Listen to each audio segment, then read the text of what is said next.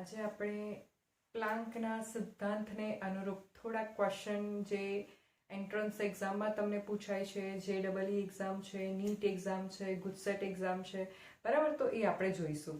તેમાંનો first question જે છે એ મેં બોર્ડ ઉપર લખેલો છે કે 5.862 ઇન્ટુ 10⁻16 મીટર તરંગ લંબાઈના સોડિયમના પ્રકાશના ફોટોનની ઉર્જા ગણો. બરાબર છે, તો આપણે તે ડિસ્કસ કરતા જઈશું. સૌથી પહેલા વાત કરીશ તમને તો શું આપેલું છે, તરંગ લંબાઈ એટલે કે લેમ્ડા તમને અહીં આપી દીધો છે.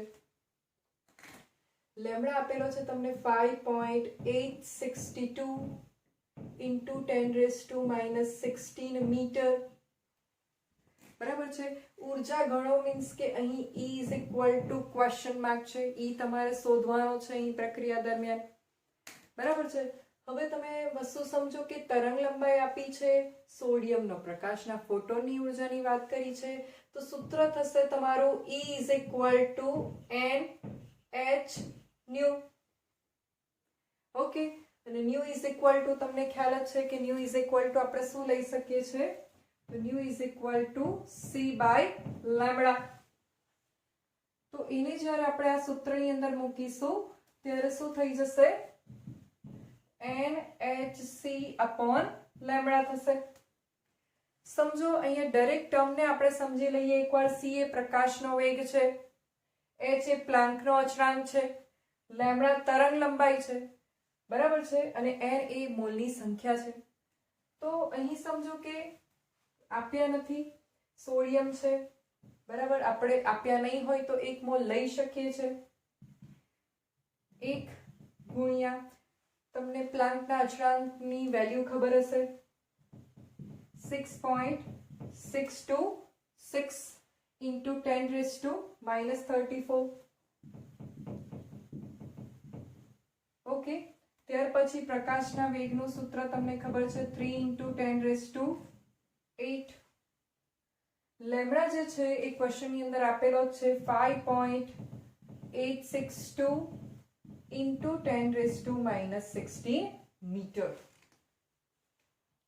ઓકે, હવે સમજો કે તમારું સૂત્ર અહીંયા શું થશે, આ છે તમારું જૂલ પર સેકન્ડ, આ છે તમારું મીટર પર સેકન્ડ, અને આ શેની અંદર છે, લેમ્ડા છે તમારો મીટરની અંદર.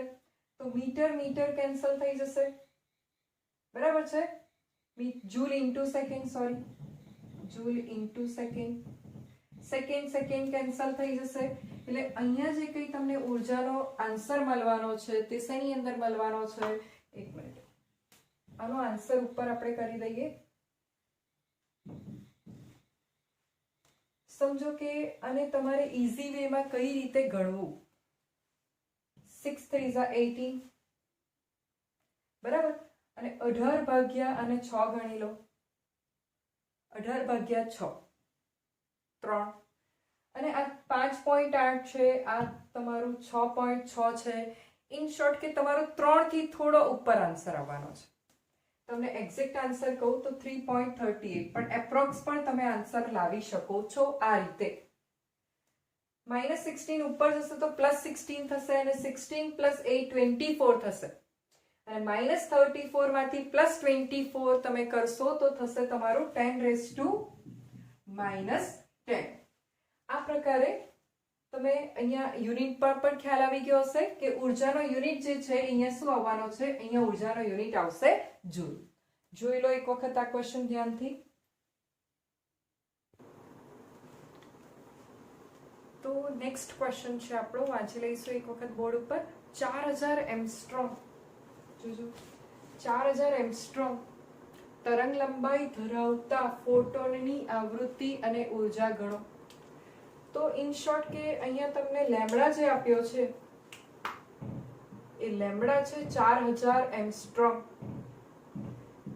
એંગસ્ટ્રોમને જ્યારે આપણે મીટરમાં ફેરવીએ ત્યારે એ કેટલું થઈ જશે, 4000 ગુણ્યા 10⁻10 મીટર થશે, બરાબર છે.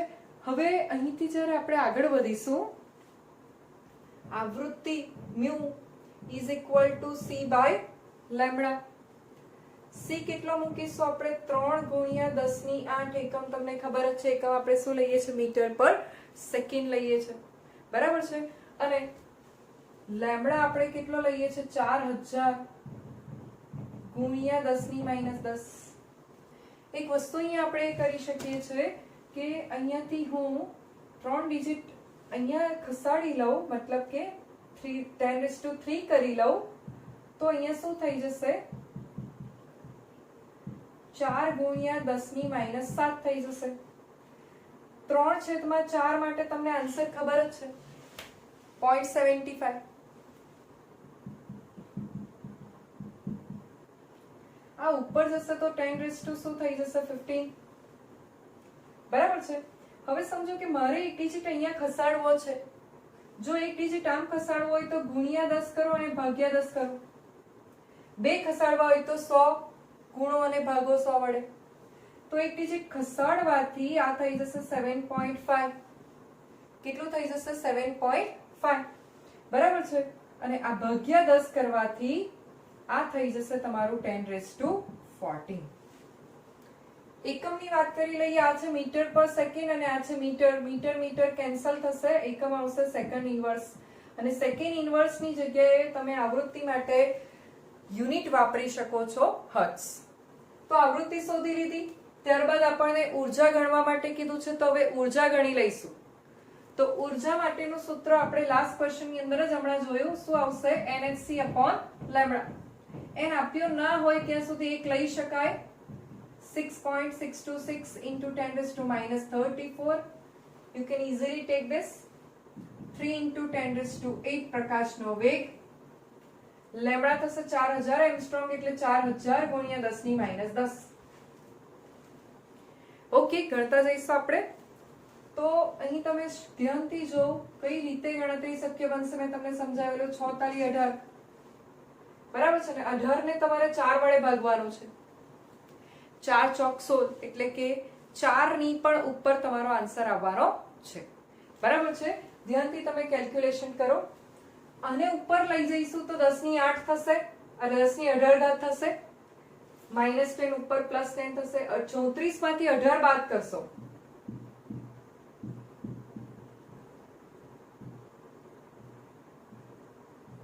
કેટલા આવી જશે 16 આવશે તમારા બરાબર છે અને ફાઇનલી જે આન્સર છે એ તમને કહી દઉં તમને 4 ની ઉપર બરાબર અને આ પણ 6.6 છે એટલે 4.9 સમથિંગ તમારો આન્સર આવશે into 10⁻16 લખી લો 4.9 into 10⁻16 જૂલ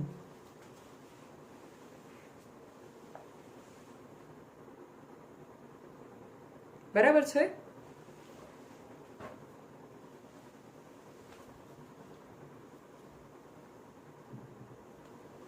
ધ્યાનથી જોઈ લો યસ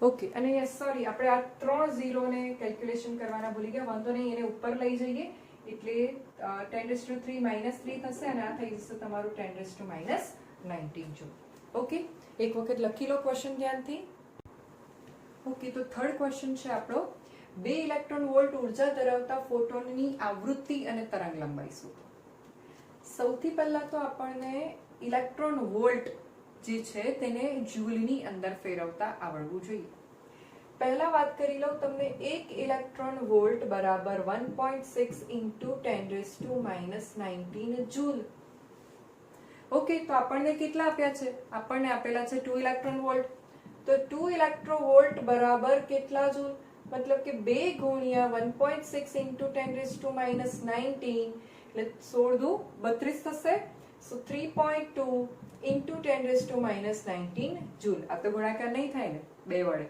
19 દુ 38 -38 એવું કરી શકાય ના ના ના એવું નહીં થાય એ તો તમને ખબર છે એ ભૂલો તો નાના હતા ત્યારે કરતા હતા ને હવે તો નહીં યસ હવે તમારી એ ભૂલો થવાની નથી યસ તો હવે આપણે આગળ વધીશું કે જો આપણને ઊર્જા ખબર છે તો આપણી પાસે સૂત્ર શું છે E is equal to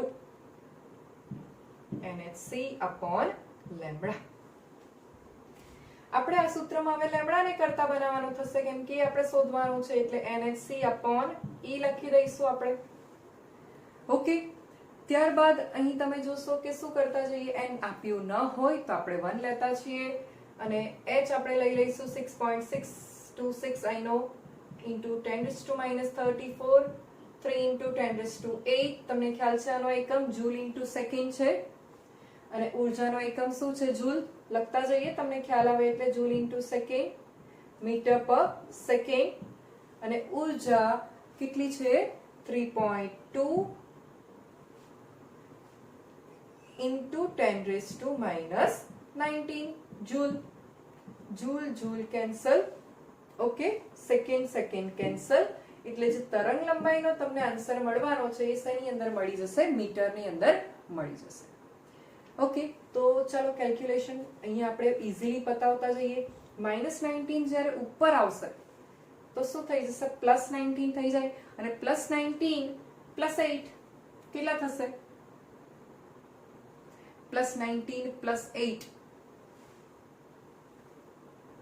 27 અને જ્યારે -34 +27 કરશો ત્યારે 4 ને 3 7 10 કેટલા આવી જશે? -7 આવી જશે. બરાબર છે. હવે તમે સમજો આગળ 10⁻7 તમારા એ આવી ગયા. હવે અહીંયા એકદમ ઈઝી કેલ્ક્યુલેશન. 3 3 સમજો કે કેન્સલ થઈ ગયા, 6.6 તો આવવાના જ છે. એનાથી થોડું તમારું વધારે જશે, 6.6 into 10⁻7. આન્સર તો તમે ઈઝીલી ફાઇન્ડ કરી શકશો એમસીક્યુ નો ઓપ્શન માંથી. બરાબર. એક્ઝેક્ટ આન્સર તમને કહું તો એક્ઝેક્ટ આન્સર તમારો છે 6.240 into 10⁻7 છે. આટલો ડિફરન્સ તમારો આવશે જ્યારે તમે આ રીતે કેલ્ક્યુલેશન કરશો. તમે અહીંયા હજી પણ કરી શકો છો. આ તો 3 3 કેન્સલ થઈ ગયા. 0.2 ને અહીંયા ભાગવું હોય ને તો 6.3 આવી જવાના. 6 ને ભાગીએ તો બરાબર છે. આને ભાગી કાઢો તમે, એક્ઝેક્ટ 3.2 તમારો આન્સર આવી જાય. ચલો 3.2 3.3 સુધી તમે અહીંયા લખી શકો. એપ્રોક્સ કેલ્ક્યુલેશન કઈ જ વાર નહીં લાગે. આ આંકડા જોઈને બધાને થશે કે આ કેલ્ક્યુલેશન કઈ રીતે થઈ શક્ય બને. ઈઝી છે. બીજું તમારે ગણવાનું છે આવૃત્તિ. શું થશે? એકમ, અરે સોરી, ફોર્મ્યુલા. આવૃત્તિ બરાબર c/λ. c કેટલું લખશું? 3 into 10⁸ લખશું અને લેમ્બડા કેટલું લખી દઈશું આપણે? લેમ્બડા તો આપણને સોરી આપણે અહીંયા ગણી કાઢી છે 6.3 into 10⁻7. 7 ઉપર જશે 10⁻15 થઈ ગયા અને આ તમને કેલ્ક્યુલેશન કઈ 1/2 જેવું દેખાય છે. બરાબર છે. એટલે આન્સર 0.5 જેવો આવે છે. બરાબર. 0.5. એકચ્યુઅલી 5 ને આમ ખસેડી દઈશું તો મલ્ટીપ્લાય બાય 10 અને ડિવાઇડેડ બાય 10 કરવું પડે. તો 5 into 10⁻². આ બાજુ શું થશે? આ તો આપણે મલ્ટીપ્લાય કર્યું અને ડિવાઇડ કરશું એટલે 10⁻14 થઈ જશે. બરાબર છે. હવે અહીંયા તમે જોશો કે આનો એકમ છે મીટર પર સેકન્ડ, આનો એકમ છે મીટર. Metre metre cancel. આવૃત્તિ સેકન્ડ ઇનવર્સ ઓર શું આવી શકે છે? હર્ટ્ઝ આવી શકે છે. બરાબર છે. તો ઇન શોર્ટ તમને સાચો આન્સર કહું, આ તો ઈઝીલી એકદમ જ કેલ્ક્યુલેશન કરી નાખ્યું. સાચો આન્સર છે તમારો 4.8. એટલે તમે 5 આવે તો તમે એનો ઓપ્શનની અંદર nearby answer find easily કરી શકશો. તો આઈ હોપ કે તમને સમજ પડી રહી છે. ચેપ્ટર 2 ના દાખલા ચેપ્ટર 1 કરતા ઈઝી લાગતા હશે, પણ યસ ચેપ્ટર 2 બહુ જ લેન્ધી છે. બહુ જ એટલે બહુ જ લેન્ધી છે. બહુ જ ધીરજની કસોટી કરશે તમારી પણ અને મારી પણ. Okay, thank you so much. આપણો ક્વેશ્ચન છે ફોર્થ, સૌથી વધારે ઉર્જા કોની હશે? એટલે તમારી હશે કે મારી હશે? મારી જ ને. તો પછી આ લેક્ચર હું રાતે 1 વાગે રેકોર્ડ કરી રહી છું. તમને મારી ઉર્જા કેવી લાગી રહી છે? ફ્રેશ ને? એટલે આપણું એક પેશન છે. બરાબર. તમારું છે સાયન્સ 12થમાં વધારે માર્ક્સ લાવવાનું, સારી કોલેજમાં એડમિશન લેવાનું. એવી રીતે મારું પેશન ટીચિંગ છે, કેમેસ્ટ્રી ટીચિંગ. જે આપણું પેશન હોય તેમાં તો આપણને કંટાળો આવવો જ જોઈએ નહીં, ભલે રાતે 1 વાગ્યા હોય કે 2 વાગ્યા. રાઈટ. ચલો, તો અહીં આપણી ઉર્જાનું નથી, ક્વેશ્ચન ગણવાનો છે. એ છે કે 4000 એંગસ્ટ્રોમ તરંગ લંબાઈ ધરાવતા જાંબલી રંગનો ફોટોન અને આ બાજુ છે 7000 એંગસ્ટ્રોમ તરંગ લંબાઈ ધરાવતો લાલ રંગનો ફોટોન. તો આપણે સૂત્ર શું મૂકવાનું થશે? આપણે સૂત્ર મૂકવાનું થશે ઉર્જા શોધવાની છે જાંબલી રંગના ફોટોનની અને આ બાજુ આપણે ઉર્જા શોધી લઈશું લાલ રંગના ફોટોનની. સોરી, અને ઉર્જાનું સૂત્ર તો તમને ખ્યાલ જ છે. શું મૂકશું આપણે? ઉર્જાનું સૂત્ર મૂકીશું આપણે hc/લેમ્ડા. બરાબર છે? તો અહીંયા મૂકી દઉં છું hc/લેમ્ડા. n આપ્યો નથી એટલે 1 જ થશે એટલે મૂકશો ચાલી જશે, વાંધો આવશે નહીં. આ પણ થશે તમારું hc/લેમ્ડા. ચાલો h શું મૂકશું આપણે? h મૂકી દઈશું 6.626. Yes, 626 inch. You can take 6.63 into 10 raised to minus 34. You can take 6.6 also, no problem. Yes, this will be 3 into 10 raised to 8.